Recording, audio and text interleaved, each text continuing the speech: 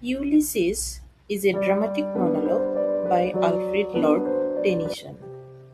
It presents a king who is not satisfied with a quiet and inactive life.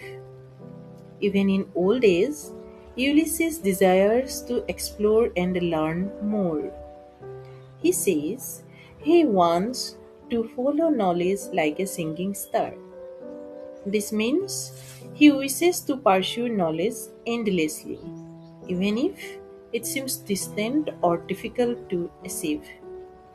The poem delivers a powerful message: never give up in life. Ulysses refuses to remain idle. Instead, he seeks adventure, growth, and new experiences.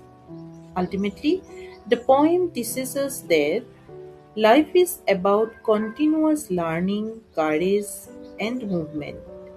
So, the message is simple: stay active, stay curious, and never stop chasing your goals.